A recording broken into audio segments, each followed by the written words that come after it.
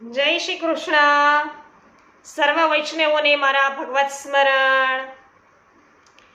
શ્રી ગોસાઈજી પરમ દયાલ કી જય.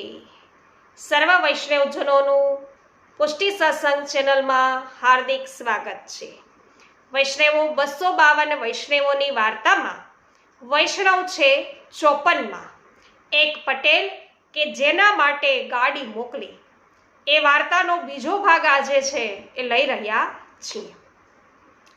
તો વૈષ્ણવો, આ જે વાર્તા છે એનો ભાવ એ છે કે ચરણ છે તે શીતલ છે, શીતલ ભક્તિ છે. તેથી ચરણોદક લેવાથી છે એ સ્વસ્થતા મળે છે. અષ્ટાક્ષર શરણ ભાવને આપનાર છે, એ પણ ચિત્તને છે એ સ્થિર કરે છે. તેથી આ પટેલ વૈષ્ણવને આ બંનેથી છે સ્વસ્થતા પ્રાપ્ત થઈ. કેમ કે એમણે પ્રભુના દર્શન કર્યા, તે ત્યાં જ છે તેઓ વૈષ્ણવો છે એ ત્યાં ને ત્યાં છે એ બેભાના અવસ્થા જેવા થઈ ગયા. તો એને આ પ્રાપ્ત થતા, ચરણોદક પ્રાપ્ત થતા જ સ્વસ્થ થયા છે. નહીં તો અતિ આનંદની અવસ્થામાં એનો દેહ છે એ છૂટી જાત, કારણ કે દર્શન કરીને એટલો આનંદ પામ્યા. તો એ ભાવ અહીં દેખાડ્યો છે.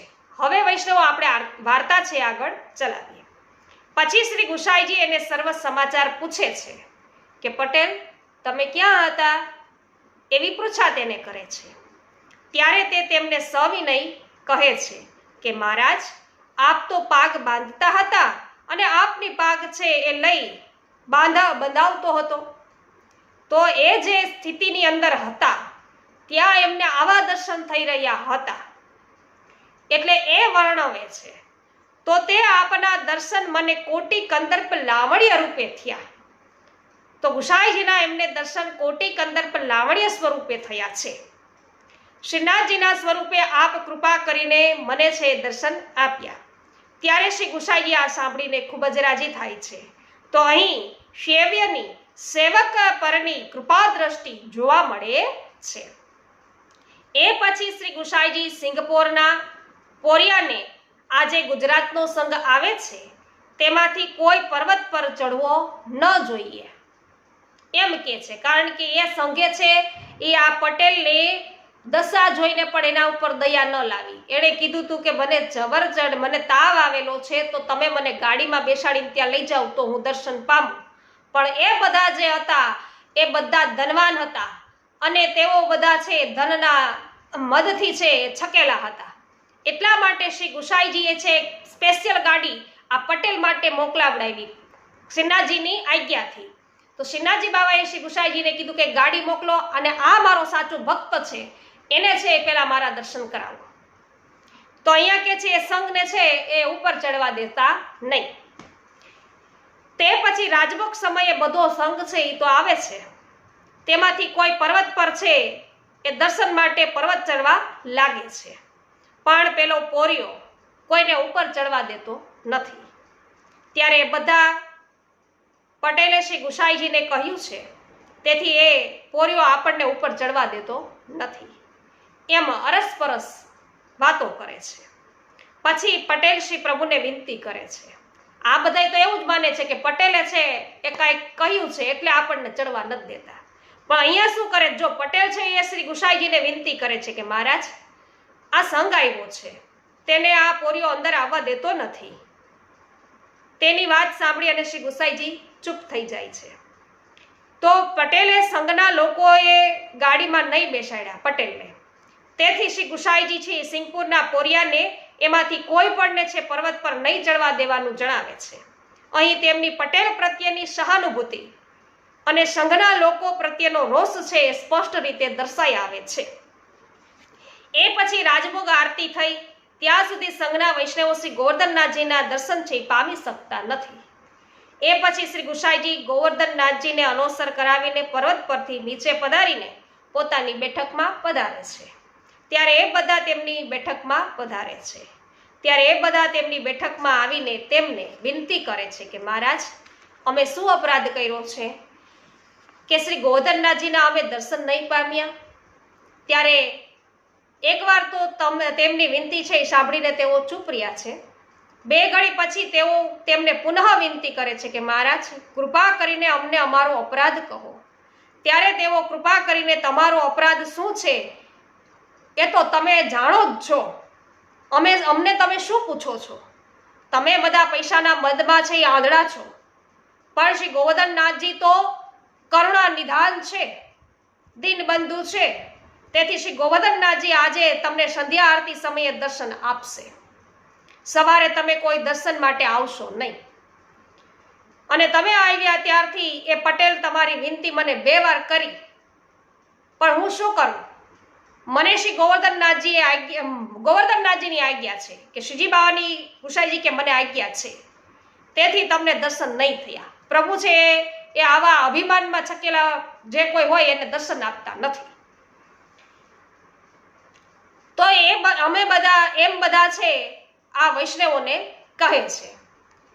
તો અહીં કેટલાક મુદ્દાઓ વૈષ્ણવો નોંધપાત્ર છે. અત્યાર સુધીની વાત આપણે કરી એમાં કે એમાંનો એક મુદ્દો એ છે કે બધા વૈષ્ણવો તેઓનો અપરાધ જાણવા માટે તલપાપડ છે કે આપણાથી હું ભૂલ થઈ ગઈ. બીજો મહત્વનો મુદ્દો એ કે શ્રી ગુસાઈજી પણ એ વૈષ્ણવોના અપરાધ અંગે ફોડ પાડતા નથી. તમે તો કે તમારો અપરાધ તો જાણો જ છો, અમને શા માટે પૂછો છો? એમ કહીને મોઘનમાં જે બધી વાત છે તેઓને સમજાવી દે છે. ત્રીજો અગત્યનો મુદ્દો એ છે કે શ્રી ગોવર્ધનનાથજી શ્રી ગુસાઈજીના કહેવા પ્રમાણે કરુણા નિધાન અને દીનબંધુ છે. ચોથો અને છેલ્લો નોંધપાત્ર મુદ્દો એ દર્શાવ્યો છે કે શ્રી ગુસાઈજી પોતે પણ શ્રી ગોવર્ધનનાથજીની આજ્ઞાને ઉથાપી શકતા નથી. પછી એ બધા વૈષ્ણવો શ્રી ગુસાઈજીના અને શ્રી ગોવર્ધનનાથજીના શ્રીમુખના વચન સાંભળી અને પોતાના જન્મને ધિક્કારવા લાગે છે. પછી તો શ્રી ગુસાઈજી ભોજન માટે પધારે છે. એ પછી એ વૈષ્ણવો એ પટેલને, ભાઈ તું અમારી વિનંતી શ્રી ગુસાઈજીને કરે તો અમે થોડાક દિવસ શ્રી ગોવર્ધનનાથજીના દર્શન છે એ કરવા પામીએ, એમ એને કહે છે. તેથી એ હા, હું તમારા દેખાતા શ્રી ગુસાઈજીને વિનંતી કરીશ, એમ તેઓને કહે છે. પછી પોતે પ્રભુ છે જે કરે એ ખરું, એમ તે ઉમેરે પણ છે કે હું તમારા દેખતા જ એને વિનંતી કરીશ, પછી તો આપ પ્રભુ છે જે કરે તે ખરું એ. તો પછી પ્રભુ ભોજન કરીને બેઠકમાં પધારે છે ત્યારે તે વૈષ્ણવો તરફથી વિનંતી કરે છે પટેલ. ત્યારે શ્રી પ્રભુ કહે છે કે એ સામર્થ્ય મારું તો છે નહીં, પ્રભુ ઈચ્છે તે દર્શન આપે, તેને દર્શન આપે, હું શું કરું? એમ ગુસાઈજી પણ કહે છે. હમણાં તો મને શ્રી ગોવર્ધનનાથજીની આ આજ્ઞા થઈ છે, એ પછી ફરી પૂછીને સાંજે છે એ જવાબ આપીશ, આમ ગુસાઈજી પણ કહે છે. ત્યારે આ વૈષ્ણવો આ બધું કારણ શ્રી ગોવર્ધનનાથજીનું છે એમ થાય છે બધાને. આપણે તો કે કશી આની કોઈ પણ પ્રકારની ચાળી ખાધી નથી, કોઈ પણ પ્રકારની ચાળી તો ખાધી નથી. એ પછી એ બધા રુદ્રકુંડ પર મુકામ કરે છે, ત્યાં રહે છે. અને એ પછી શ્રી ગોવર્ધનનાથજીના શંખનાદ થાય છે ત્યારે બધા દ્વાર પર આવીને ઊભા રહે છે, પણ દર્શન થતા નથી. આ પ્રમાણે ભોગના પણ દર્શન થતા નથી. એ પછી ગોવર્ધનનાથજીને શ્રી ગુસાઈજી સંધ્યા ભોગ કરે છે અને પૂછે છે કે બાબા, હવે પેલા વૈષ્ણવો છે એ દર્શન માટે આવે?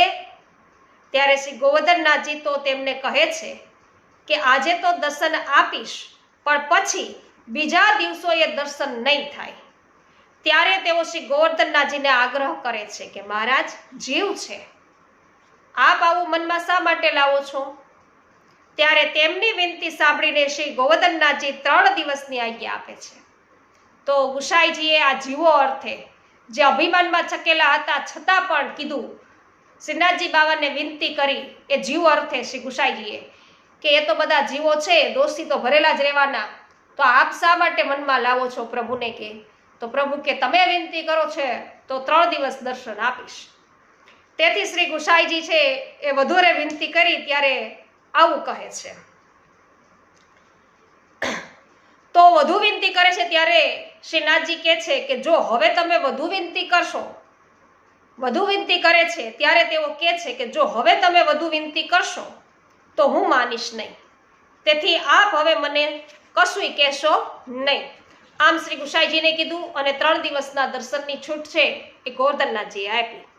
એટલે શ્રી ગુસાઈજી હવે મૌન રહે છે.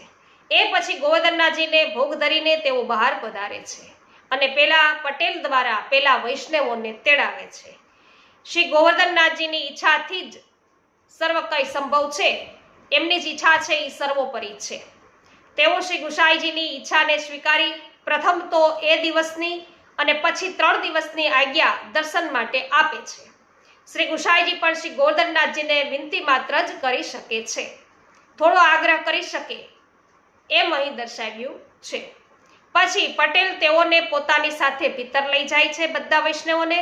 ત્યારે તેઓ શ્રી ગોવર્ધનનાથજીને વિવિધ રીતે દંડવત કરે છે. એ પછી શ્રી ગુસાઈજી સમય થયે ભોગ સરાવવા પધારે છે. ભોગ સરાવીને કબાડ ખોલે છે. ત્યારે એ બધા પેલા પટેલ વૈષ્ણવ આગળ રાખી અને શ્રી ગોવર્ધનનાથજીના દર્શન કરે છે અને ખૂબ આનંદ પામે છે. પછી દર્શન કરીને સૌ નીચે ઉતરે છે. પછી શ્રી ગુસાઈજી શ્રી ગોવર્ધનનાથજીને શયન કરાવીને પર્વત પરથી નીચે ઉતરીને પોતાની બેઠકમાં બિરાજે છે. ત્યારે એ બધા વૈષ્ણવ શ્રી ગુસાઈજીને દંડવત કરીને બેસે છે. ત્યારે શ્રી પ્રભુ પોતે તેઓને એવું કહે છે બધાને કે ખૂબ આગ્રહ મેં કર્યો ત્યારે શ્રી ગોવર્ધનનાથજીએ આજ્ઞા કરી કે એમને 3 દિવસ દર્શન કરાવજો. એ પછી ફરી અમે કશું કહેવાનો વિચાર કર્યો એટલામાં તો અમને શ્રી ગોવર્ધનનાથજીએ રોક્યા. તેમણે કહ્યું કે હવે કશું તમારું હું માનીશ નહીં. તેથી અમે ચૂપ રહ્યા. તો આ બધો પ્રકાર છે કહ્યું. તો સંઘના વૈષ્ણવોએ પેલા પટેલ વૈષ્ણવનો અપરાધ કર્યો છે. તેથી શ્રી ગોવર્ધનનાથજી એ વૈષ્ણવો પર નારાજ થયા છે. એટલે ક્યારેય પણ કોઈ પણ વૈષ્ણવનો અપરાધ કરવો નહીં. તેમનો રોષ હજુ પૂરેપૂરો સમ્યો નથી પ્રભુનો. તેઓ શ્રી ગુસાઈજીના આગ્રહને માન આપીને 3 દિવસ છે દર્શન કરાવવાની આજ્ઞા આપે છે.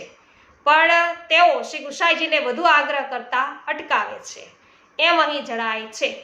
એટલે પ્રભુને સૌથી અપ્રિય કોઈ વસ્તુ હોય તો એ કે કોઈ પણ ભગવદીયના કોઈ પણ વૈષ્ણવોના દોષ જોવા, એની નિંદા કરવી, એના અપરાધ કરવા વગેરે.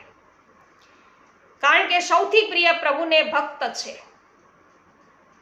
ભક્તને સાચો જો સ્નેહ હોય પ્રભુ પ્રત્યે તો પ્રભુ છે સર્વ પ્રકારે એનું કલ્યાણ કરે.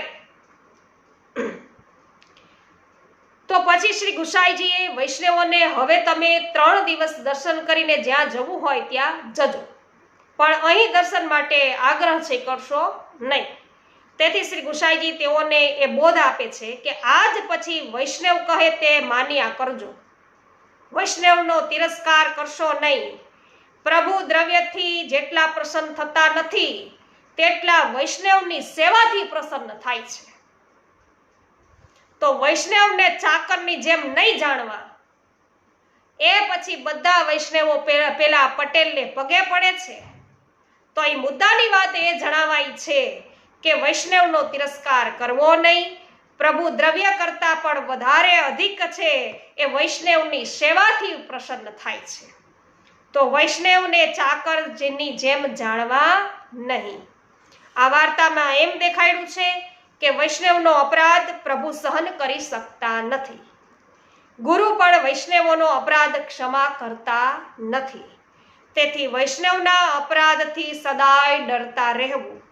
વૈષ્ણવમાં દોષ બુદ્ધિ પણ કરવી નહીં, અન્યથા પ્રભુ અપ્રસન્ન થાય છે. આ વૈષ્ણવ પટેલ શ્રી ગુસાઈજીને આવો કૃપાપાત્ર ભગવદીય હતો. તેથી એની વાર્તા તો ક્યાં સુધી કહેવી. શ્રી ગુસાઈજી પરમ દયાલ કી જય. સર્વ વૈષ્ણવોને મારા જય શ્રી કૃષ્ણ. વૈષ્ણવો, વાર્તામાં આનંદ આવ્યો હોય, કંઈ બોધ પ્રાપ્ત થયો હોય તો અવશ્ય વિડીયોને લાઈક, કમેન્ટ અને શેર કરવાનું ભૂલશો નહીં. હજુ સુધી પુષ્ટિ સત્સંગ ચેનલને સબસ્ક્રાઇબ ન કરી હોય તો અવશ્ય કરી લેજો.